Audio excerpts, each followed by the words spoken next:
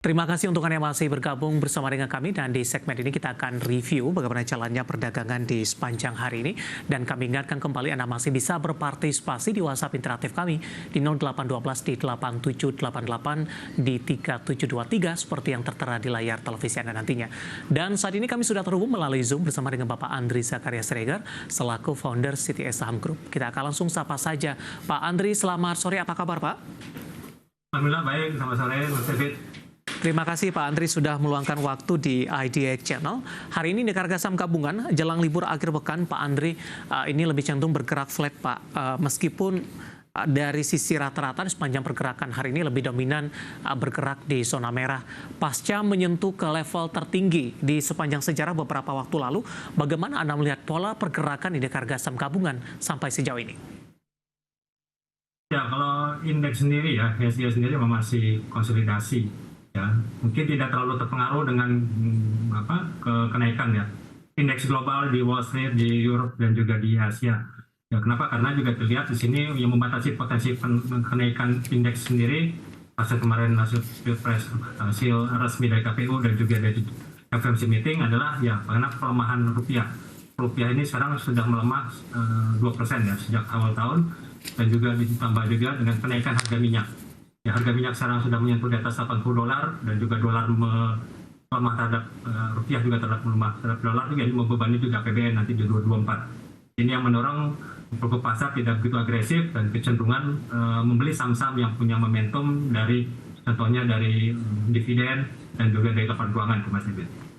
Baik, untuk arah indeks harga saham gabungan terutama di perdagangan di pekan depan, Pak Andri, ketika dari beberapa rilis agenda ekonomi penting ini sudah keluar Pak, dividen perbankan juga sudah kita lalui, RUPST menyambung di pekan depan ini terkait juga dengan untuk emiten-emiten pertambangan di batubara.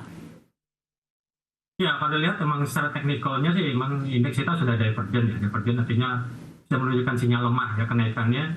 Ya mungkin kan tadi efek tadi sebelum dari pelemahan rupiah dan juga dari hasil pilpres pemilu juga yang mungkin akan digugat oleh juga dua paslon lainnya, ditambah juga dari net buy asing pun juga sekarang sudah mulai meredup ya, meredah ya. Mungkin minggu lalu sempat meningkat karena asing sudah mulai membeli saham-saham BRI dan BNI dan juga BTN karena dari isu dividen. Tapi sekarang ini kita lihat ini untuk minggu depan saya pikir kecenderungan naik terbatas ya.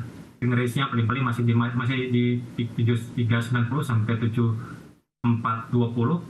Kecenderungan sih untuk setiap naik akan ada profit taking ya, karena memang dari teknikal sendiri cukup berat ya indeks kita untuk menguat lebih lanjut ya, apalagi kita lihat kemarin juga The Fed juga masih melihat kenaikan penurunan suku bunganya di semester 2 ya, jadi kemungkinan ini juga rupiah indeks kita juga masih kenaikannya masih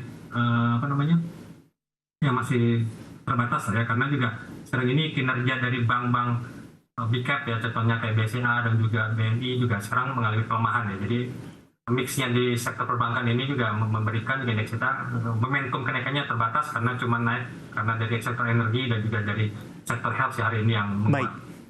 Pak Andri, posisi dari nilai tukar rupiah Pak, dari update data yang saya pegang sampai sejauh ini pelemahannya semakin dalam di 0,82%, posisinya sudah di 15.792, tinggal beberapa poin lagi untuk ke level 15.800-an.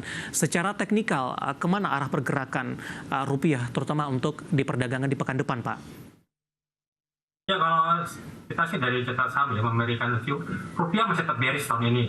Ya, kita masih melihat akan peluang rupiah akan melemah lanjut nanti di atas 16.000 ya, karena dari teknikalnya juga dari sentimen yang ada dari The Fed meeting dan juga harga minyak.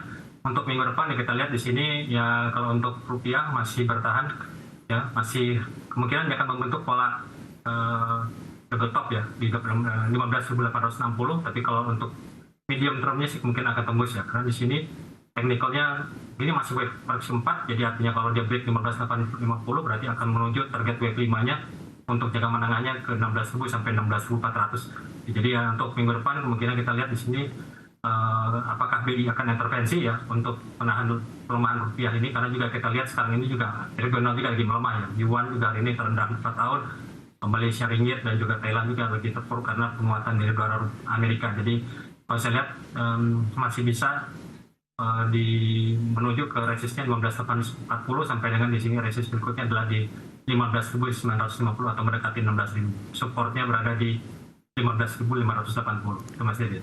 Baik, di luar dari analisis teknikal untuk indeks harga saham gabungan dan juga dari sisi pelemahan nilai tukar rupiah di sepanjang perdagangan hari ini, dari sisi sektoral, Pak Andri tadi juga Anda sempat jelaskan saham-saham perbankan big cap belum bergerak signifikan ini pasca menyentuh ke level tertingginya beberapa kali dalam beberapa waktu perdagangan terakhir. Tapi yang cukup menarik Pak Andri dari sisi perbankan big cap BBCA Pak, kebetulan hari ini merupakan tanggal cum dividennya, merupakan hari terakhir kesempatan bagi para investor untuk mendapatkan dividen tahun buku 2023. Ketika dari saham-saham perbankan big cap sebelumnya, ketika di tanggal cum dividen ini mengalami penguatan dan rata-rata stabil bergerak di zona hijau, tapi BBCA justru hari ini mengalami koreksi yang cukup dalam. Bahkan di sesi pertama pada pagi tadi sempat melemah di atas 1%. Bagaimana Anda melihat posisi ini? Apakah antusiasme dari para investor ini sudah mulai berkurang terhadap pembagian dividen BBCA ini, ataupun mungkin ada faktor lain?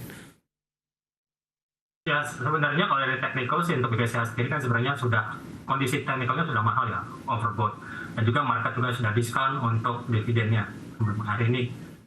Kemudian bagi kemungkinan mungkin akan gap down nanti hari Senin untuk XD. Tapi juga saya pikir sebenarnya penurunan juga agak terbatas. Contohnya hari ini BPTN meskipun minggu ini sempat memberikan dividen, tapi hari ini juga new high lagi. Jadi artinya demand-nya masih cukup bagus, cuma tapi karena indeks kita juga dan juga pelemahan rupiah ini masih membatasi potensi penguatan untuk momentum di BCA, saya pikir ya range-nya masih antara 9750 sampai 9.900 nanti kita untuk buyback lagi ya, karena selain dari dividen pun kita masih menunggu laporan keuangan kuartal pertama nih ya, yang akan dirilis dalam waktu dekat ini. Jadi saya pikir kalau ada penurunan di BBCA nanti di bawah 9.900, bagusnya untuk kita untuk akumulasi lagi karena mengantisipasi laporan keuangan kuartal pertama baru 24 yang akan rilis dalam waktu dekat ini. Penutupan hari ini di 10.100 melemah di 0,25%. Untuk posisi buyback kembali di tengah pelemahan terjadi tadi di 9.750 hingga 9.900, supportnya dan 1.900 merupakan posisi ideal untuk ambil. Apakah ini berlaku juga untuk perbankan big cap lainnya, Pak Andri, ketika mengalami koreksi dan juga mengantisipasi dari laporan kinerja kuartal pertama di 2024? Ya sama juga ya, contohnya kayak BRI juga kemarin juga, Bank Mandiri dan juga akan memberikan kumdet juga ya, dividen.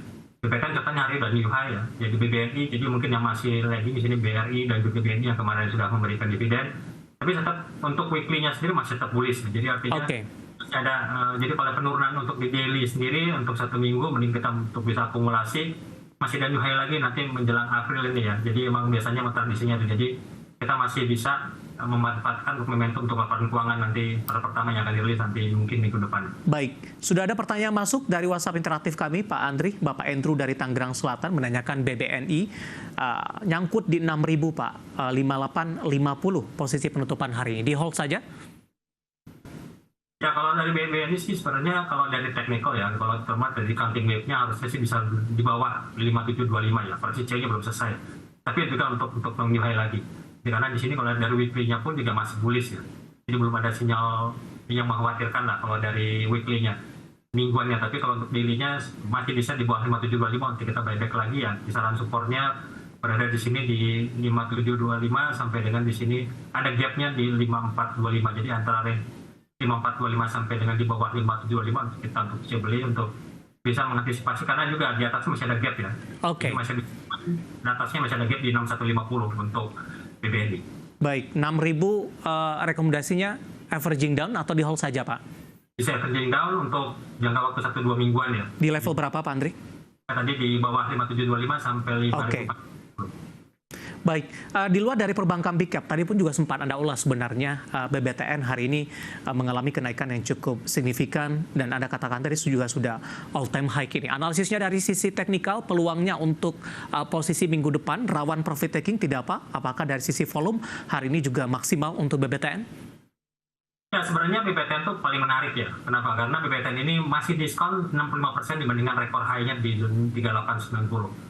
Jadi harga 1.500 ini masih murah ya dibandingkan saham-saham temannya tadi BMN sendiri yang big cap sudah di rekor tertinggi. Dan ini juga memberikan peluang, apalagi karena kita lihat kan The Fed sudah memberikan sinyal bahwa akan memangkas suku bunga di akhir tahun ini 3 kali, berarti BI pun akan mengikuti. Jadi ini setidaknya market sekarang sudah buy on rumor untuk pemangkasan suku bunga BI nanti di semester 2, dan juga murah, ditambah kemarin juga bagi dividen, ditambah juga kemarin ada kerjasama apa, saya lupa lagi ya.